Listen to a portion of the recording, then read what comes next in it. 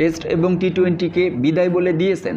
আসন্ন champions trophy খেলে one day ক্রিকেটকেও বিদায় জানানোর আগাম ঘোষণা দিয়ে রেখেছিলেন সাকিব আল হাসান। তবে নানা জটিলতায় চ্যাম্পিয়ন্স ট্রফিতে সাকিবের খেলা নিয়ে সৃষ্টি হয়েছে শঙ্কা। আওয়ামী লীগ সরকারের পতনের পর থেকে দেশে আসেননি সাকিব। আওয়ামী লীগের সমর্থিত সংসদ সদস্য ছিলেন সাকিব আল হাসান।